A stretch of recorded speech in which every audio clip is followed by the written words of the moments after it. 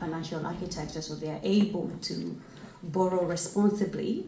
But also what I heard from DC was the importance of private capital and how governments are working to protect that capital.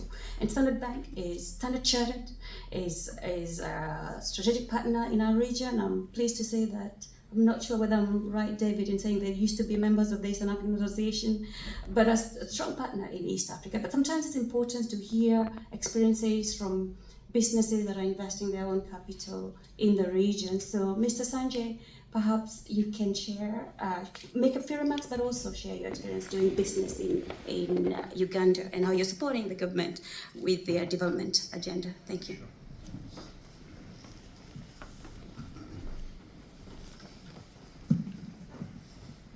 Thank you, everybody. You know, we are delayed, so I wanted to just say a big sorry. I thought that the road problems of potholes and all were only in Uganda, but I found plenty here nowadays, so we took the wrong road. Anyway, my name is Sanjay Rugani. I'm the CEO of Standard Chartered Bank in Uganda, but I'm also the chair of the British Chamber of Commerce in Uganda. And what we do is, from a bank, we have been globally existent for about 170 years. And in Uganda, we are the oldest institution. For 112 years, Standard Chartered Bank has been there.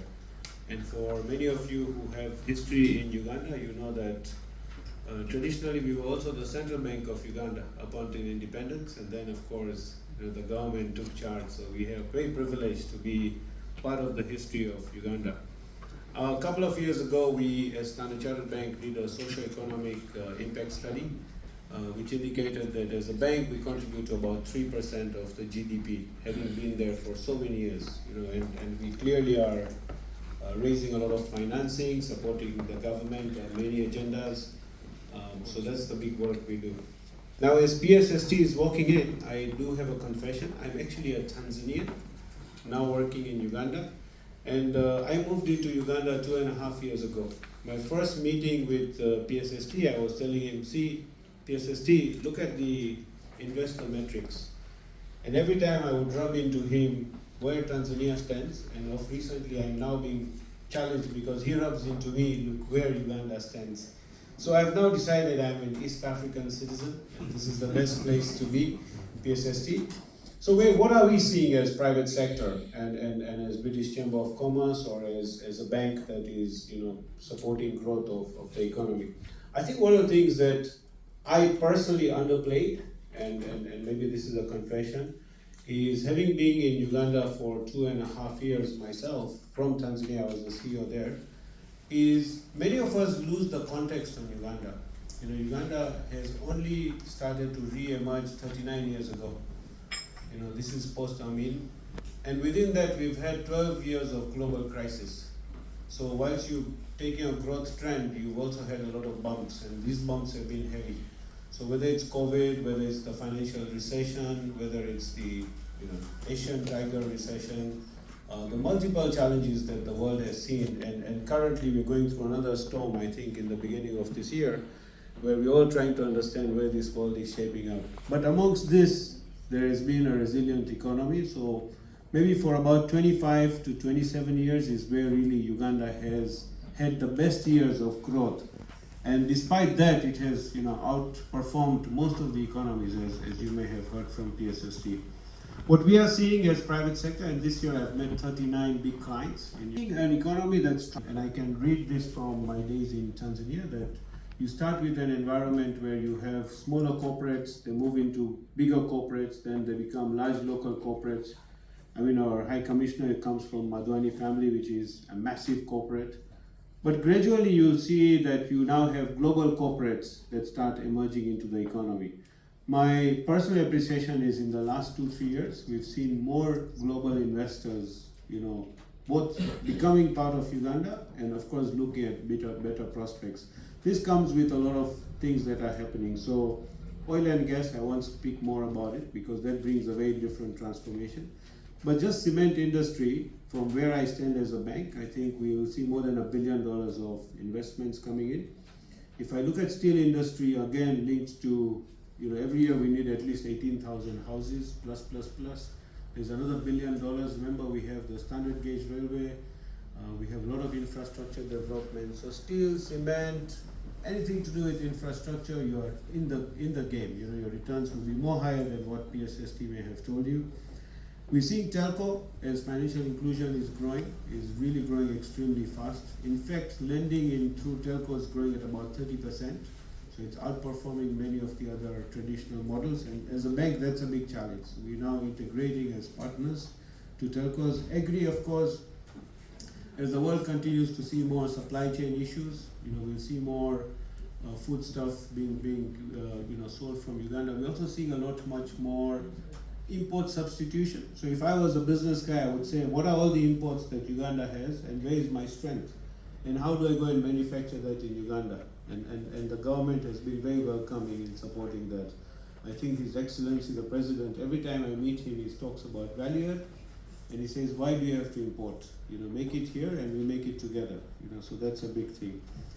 We are very forceful in the regional integration. Remember, Uganda is a very healthy economy, which is very stable in very, difficult territory. You have Sudan, you have Congo. So we actually are the integrators of the region in many ways. And I would say that the exports will continue to grow in those countries because they continue to be fragile. So if you're doing fast-moving consumer goods, anything to do with the last mile, anything that you can produce where somebody is living below a $5 a day, I mean, you will see tremendous growth because that's where consumption is going to happen also. But that's for the region, is what I wanted to say. Sustainability, yesterday we had meetings with, we call them export credit agencies. So we had 7. We also had the World Bank MIGA. MIGA is, the insurer for the World Bank projects. They're not there by coincidence. Like PSST said, things have changed, shifted in the dynamics. We see that there's very positive appetite, to invest in Uganda. And I think sometimes what's happening in the global space is actually helping it, because we'll see money flowing into oil and gas. We'll see some more money flowing into the climate space, which is differently, being invested. But we're also going to see nature finance. Conservation in Uganda has got big potential. And I think that's where we will see investment coming in. So, what is Uganda not doing good? And I do tell this very honestly to the PSST. Uganda doesn't know how to tell its story. I've been in Uganda for close to 2.5 years. I was telling PSST 3 times in the 2.5 years that I've been very proud of the newspaper front page, because otherwise we only talk about our problems. We have a fantastic story. We need to be very, very elaborate to tell the story. Now, I know why we are not seeing the stories, because Uganda is not raising financing the way some other markets are. So if you are in the Eurobond market, you're raising some big global financing, typically you become, you drive the market, so you have to communicate. Uganda has stuck very well to its traditional roots. Things that we can bite and we can chew is what we are going to have on our plate, nothing else. And I think that means that you don't have to market. You actually are faced with this unique situation where banks like us will have to work with Uganda. But I think it's good time that we emerge as a slightly bigger force, in terms of communicating our story. So if you're in this room, you've made your best decision for the day, is what I wanted to say. We are also available as the British Chamber of Commerce to support any integration. If you want to have local partners, that's what we will do. And you couldn't have had a better ambassador, because she knows business. When you're here, she's going to ask for return on investment, both from us and from you all. Thank you.